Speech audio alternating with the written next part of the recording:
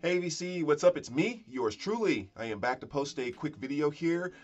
Just back to kind of do a what's been spinning video. These are the videos where I just kind of show what I've been spinning over the past couple weeks or however long it's been. And as I always kind of mention at the beginning of them, I'm very much a song kind of guy where I'll listen to one or two songs on an album and go to another one, or if I'm listening to Apple Music or XM Radio or CDs, whatever. So the only ones that I share in the what's been spinning are the ones that I actually set down, put on, listened from song one to the very last song, and just kind of took in the whole album again. So those are always the ones I share in what's been spinning. So let me kind of show you the albums that I've been kind of sitting down and taking in. First one we'll start off here, which is a fantastic one, which is Bob Marley and the Wailers. This is Babylon by Bus. This is their release from 1978. Just an absolute fantastic album. I mean, number one, just the way it was recorded, period, whether you're talking about vinyl, CD, or whatever else. I'm usually not a big fan of live albums, mainly because when I usually connect with a song, oftentimes there's nuances in the song that really hit me, that makes me connect with it. And when someone goes and does a live recording, those nuances get lost, because it can be the slightest things for me that do that. So oftentimes I don't connect with live albums, but like this one here, somehow the way they recorded it, just like when you're live at a concert, like how the sound and everything is just completely engulfing you, where it's hard to talk or you have to go outside to really communicate because like just the sound and those thousands and thousands of watts just like completely engulfed you. Somehow they figured out how to capture that on this recording. And when you add it on to the Abbey Road half-speed remastered pressing, this is definitely one of the top 5 best sounding albums in my entire vinyl collection. So just absolutely fantastic. So, I actually go back to that one fairly regularly. Just an awesome, awesome album. Had to go back and hit a few things from the 80s as well. So Glass Tiger, The Thin Red Line. This is their release from 1986. And of course, you had the big hit on here, Don't Forget Me When I'm Gone. Just, good old mid-late 80s. Just fantastic stuff there. Supertramp, Breakfast in America. Another one of those albums that just, for whatever reason, I feel like I tend to forget just how great each song is on the album until I go back and spin it. And I'm just like, wow, wow, wow, wow, wow. Like that was a just amazing front to back album. So always good to go back and give that a spin again.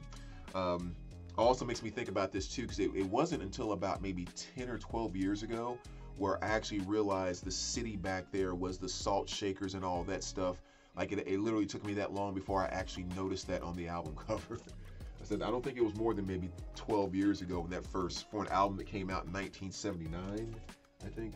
Yeah, so next here, Granicus, really cool kind of hard rock psych band from 1973. And I think like a lot of bands in the 70s, maybe just kind of one more that were like, we want to kind of do the Led Zeppelin thing too, kind of thing. But really, really cool album. Like I said, a nice mixture of that hard rock, kind of leaning towards psych, but definitely more on the hard rock side. The only thing I don't like as much about the album, if I can put it that way, is like when the album kicks in and they're doing their rock thing, let's put it this way, they sound just like they look on the cover, which is pretty freaking awesome. I mean, the bell bottoms, the platforms, and I mean the simple kit, and just like the guys, like when they start off rocking, they sound just like they look here, which is awesome. But then they have a tendency on both sides to go into like this slower, mellow stuff that really, to me, just takes away what made them awesome.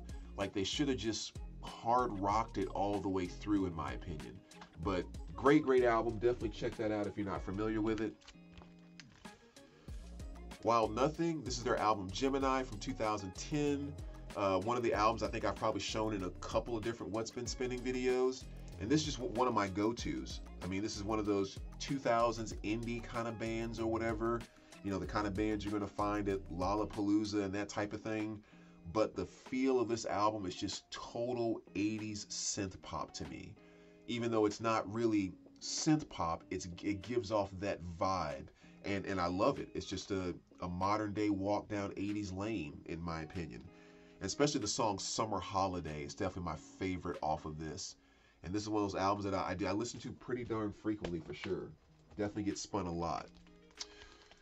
Another great band I go to quite a bit, The Church. You know, one of my favorite bands from the 80s. And actually, I say this every time I say that. I always refer to them as an 80s band, but they've been putting out records in the 80s, the 90s, the 2000s, like so many records they put out. And pretty much, if you like one of their albums, you're probably going to like most of their other albums. Because they have a formula, they have a delivery, and they keep that pretty darn constant decade after decade. And this is definitely one of my favorites by them from '83. And you know, the song Fly as well as It's No Reason are just two fantastic songs. I love going to those songs by them. Because with a lot of the 80s stuff that I love so much, you know, you had the colorful, fun, silly part of the 80s, like maybe your Cyndi Lauper girls just want to have fun.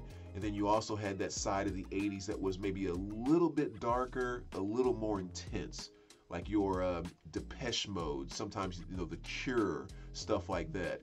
And I think The Church kind of fits into some of that darker side of the 80s in terms of more of a monotone delivery. It's not colorful and fun. It's a little more intense, and I love it. Love them to death. So moving right along, Whitesnake, their 1987 release. And this is one I probably should have showed in that video I did not too long ago about 5 overplayed songs or albums that you still love, because this is definitely one that would fit right in there. You know, I mean, as much as stuff got overplayed, you still put on Bad Boys Today, and that song freaking rocks. You still put on Still of the Night, that song freaking rocks. You still put on, you know, Give Me All Your Love, that song still rocks. You know, Children of the Night, that song still rocks. It's like, oh man, for an album that was as overplayed as this, it just has not lost its punch. I mean, maybe I have a hard time trying to listen to Here I Go Again. Like, that's a tough pill to swallow sometimes. But when you put on Still of the Night, like, to this day, I'm rocking out to that just like it was still 1987 all over again. So, fantastic album there. Return of Living Dead soundtrack. Very, very cool one here. Kind of a nice mixture between kind of a fun, punkish type of thing. You know, especially with awesome songs on here like Do You Want to Party or We'll Make Love Until We Die by SSQ and a few other things. I mean, just a fun, great album to go back and revisit. One of the BOC albums I feel to get, you know, kind of overlooked sometimes, which is Blue Oyster Cult's 1983, The Revolution by Night. And definitely one of the most important albums to me by them because it has 2 of my top 5 favorite songs by them, which is Shooting Shark and not Still of the Night, I'm sorry, Take Me Away. Love those 2 tracks, just 2 of my absolute favorites. Especially Take Me Away, just kind of the hard-hitting rock song it is, and what's his name's guitar solo in that song. I mean, man, if you don't get lost in the rocking spirit when you're listening to that one, you know, you just have to do a double take because just a fantastic album, fantastic 2 tracks right there. Little GoGos, Vacation, you know, my girls from the early 80s that really kind of set the tone for a lot of the female groups back then. And just another one of those fun classics to listen to. I mean, always love the Go-Go's. Love the solo stuff with Jane Wildman and Belinda Carlisle and so forth. And then Danny Wilson, just one I haven't listened to in quite some time. And this is Meet Danny Wilson. Of course, they had the big hit off of here from 1987, which was Mary's Prayer, which was fantastic. Always an interesting album, though, because, you know, I think their claim to fame or their name came with Mary's Prayer, which was really kind of typical 80s popish stuff.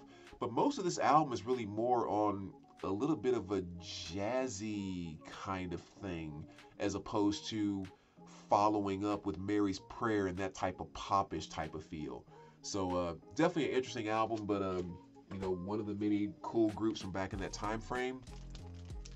One of the albums I catch a lot of crap for really liking too much, which is Crazy Nights by Kiss, but definitely one of my favorite Kiss albums, and mainly because it carries, you know, songs like Crazy Nights, of course, Reason to Live, but one of my top 3 Kiss songs of all time, which is Turn on the Night.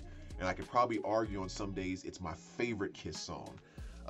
It's just something about that song is just so freaking party rock to me.